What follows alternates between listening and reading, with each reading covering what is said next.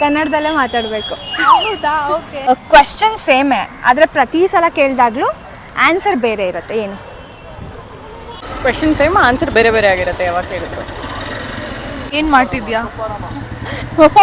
ವಯಸ್ಸಿಲ್ಲ, weight change ಆಗ್ತಿರುತ್ತೆ. Daily change ಆಗುತ್ತಾ? ಆಗ್ಬೋದು, ಹೇಳಕ್ಕಾಗಲ್ಲ.